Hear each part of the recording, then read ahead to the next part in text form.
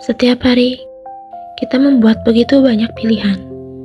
Bangun atau tetap tidur, pergi atau tinggal, berbicara atau diam, bertahan atau melepaskan, mencoba atau menyerah.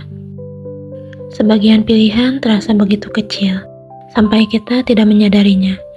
Namun, ada pilihan-pilihan lain yang perlahan menentukan siapa diri kita.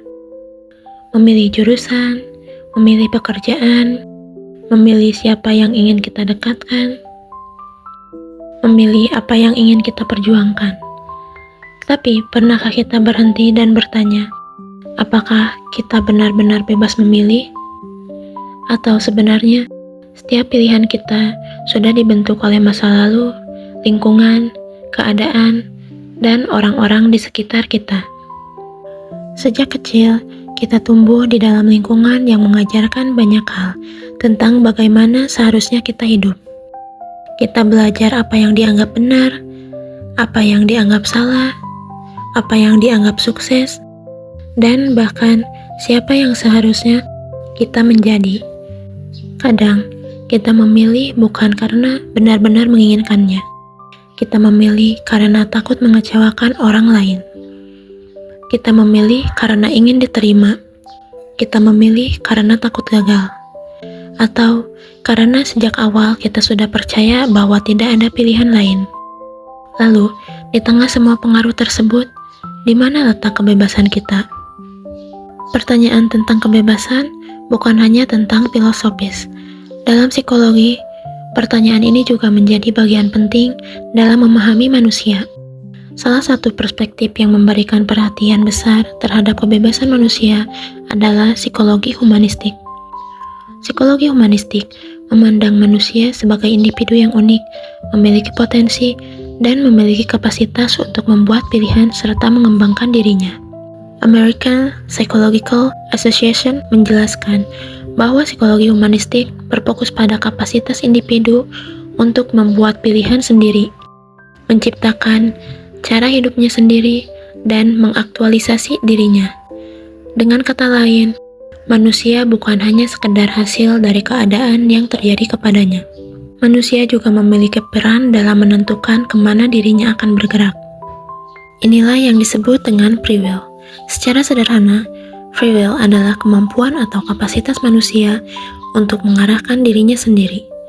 Menurut American Psychological Association, free will berkaitan dengan kemampuan manusia untuk mengarahkan dirinya dan tidak sepenuhnya ditentukan oleh kekuatan yang berada di luar kendalinya. Dalam psikologi humanistik, gagasan ini berkaitan erat dengan personal agency, yaitu kemampuan seseorang untuk membuat pilihan, menentukan arah hidup, dan menghadapi konsekuensi dari pilihan tersebut. Jadi, free will bukan berarti kita dapat mengendalikan segala sesuatu. Kita tidak dapat memilih keluarga tempat kita dilahirkan. Kita tidak dapat memilih masa lalu. Kita tidak dapat mengendalikan bagaimana orang lain memperlakukan kita, dan kita tidak selalu memilih keadaan apa yang bisa datang kepada kita. Tetapi, kita masih memiliki ruang untuk menentukan bagaimana kita memproses keadaan tersebut. Bayangkan dua orang mengalami kegagalan yang sama. Keduanya sama-sama gagal. Keduanya sama-sama kecewa. Keduanya sama-sama merasa tidak cukup baik. Tapi setelah itu, satu orang memilih berhenti, sementara yang lain memilih mencoba sekali lagi. Apakah berarti orang kedua tidak merasakan sakit? Tidak. Apakah berarti ia tidak dipengaruhi oleh keadaan? Juga tidak. Perbedaannya terletak pada bagaimana ia menggunakan ruang kebebasan yang masih ia miliki. Karena kebebasan tidak selalu berarti bebas dari keadaan. Terkadang, kebebasan berarti memiliki pilihan di dalam keadaan yang tidak bisa kita pilih. Salah satu tokoh penting dalam psikologi humanistik adalah Carl Rogers. Rogers memandang manusia sebagai individu yang memiliki kecenderungan untuk berkembang dan menjadi dirinya secara lebih utuh. Dalam pandangannya, seseorang dapat bergerak menuju kondisi yang disebut fully functioning person. American Psychological Association mendeskripsikan Fully functioning person sebagai seseorang yang mengalami kebebasan dalam memilih dan bertindak, memiliki kreativitas, serta mampu menjalani kehidupan secara eksistensial. Artinya, menjadi manusia yang berkembang bukan berarti menjadi manusia yang sempurna, melainkan menjadi seseorang yang semakin mampu memahami dirinya, mengakui apa yang ia rasakan, dan membuat pilihan yang semakin sesuai dengan dirinya. Namun, disinilah masalahnya. Bagaimana jika pilihan yang kita buat selama ini sebenarnya bukan pilihan kita? Bagaimana jika kita menjalani hidup berdasarkan ekspektasi orang lain? Kita memilih sesuatu karena semua orang mengatakan itu yang terbaik. Kita mengejar sesuatu karena takut tertinggal. Kita menyembunyikan diri karena takut ditolak. Dan tanpa sadar, kita mulai menjalani kehidupan yang terlihat seperti milik kita, tetapi sebenarnya dibentuk oleh keinginan orang lain. Kita hidup di zaman ketika pilihan terlihat tidak terbatas. Media sosial memperlihatkan ribuan kehidupan setiap hari. Ada orang yang sukses di usia muda, ada yang sudah memiliki karir, ada yang menikah, ada yang berpergian ke berbagai tempat, dan ada yang terlihat bahagia. Dan perlahan kita mulai membandingkan hidup kita dengan kehidupan yang bahkan tidak sepenuhnya kita kenal. Kita mulai bertanya, apakah aku sudah cukup? Apakah aku terlambat? Haruskah aku menjadi seperti mereka? Padahal, kebebasan memilih juga berarti kebebasan untuk menentukan standar kehidupan kita sendiri. Dalam psikologi humanistik, pilihan manusia tidak berhenti pada sekedar menentukan tindakan. Pilihan juga berkaitan dengan pertumbuhan diri. Abraham Maslow menyebut proses menuju pengembangan potensi diri sebagai self-actualization. Self-actualization berkaitan dengan realisasi penuh terhadap kemampuan dan potensi yang dimiliki seseorang. Karena itu, free will dan pertumbuhan diri memiliki hubungan yang kuat. Ketika seseorang menyadari bahwa dirinya memiliki pilihan, ia juga menyadari bahwa dirinya memiliki tanggung jawab untuk menentukan arah hidupnya. Bukan berarti semuanya menjadi mudah, justru sebaliknya, kebebasan bisa terasa menakutkan. Ketika kita memiliki pilihan, kita juga harus berhadapan dengan konsekuensi. Memilih berarti kehilangan kemungkinan lain.